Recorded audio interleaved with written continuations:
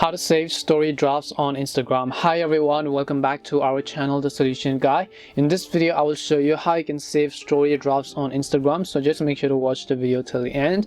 Now you know that it is actually possible to save draft for your post, but what if you want to save a draft for your story? Well, that is also possible, but in a little bit different way than the normal one that you have.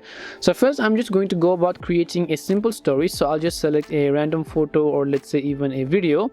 So I'll just go to the photo section and then I'll choose a photo here, and I'll just crop this or maybe zoom this out if I want to. Once I make the necessary changes over here, I'm just going to tap on the double A icon. If I want to add some effects, I'll go ahead and do that. If I want to add some music, I'll go ahead and do that as well.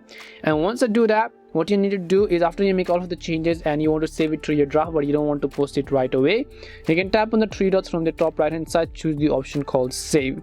Now I'm just going to discard this because we have saved this. Now I'm basically going to discard it and then just going to tap on the discard option, or else here you'll find the option called save draft. You can just choose the option called save draft over here. Now once we've done that, if we want to post it, there are two ways. One is, first of all, we'll refresh it, and the first one way is just tap on it and then go to this, and then here you'll be able to see that draft photo or that video that we saved.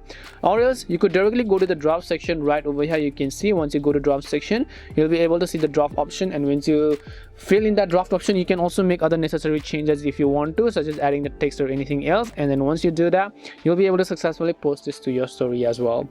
And that's all it takes to save your story drafts on Instagram. We hope the video was really helpful, and if it did help you, then make sure to leave a like and subscribe to our channel. If you've got any more questions, make sure to leave them down. Thank you very much for watching, and see you soon in our next video.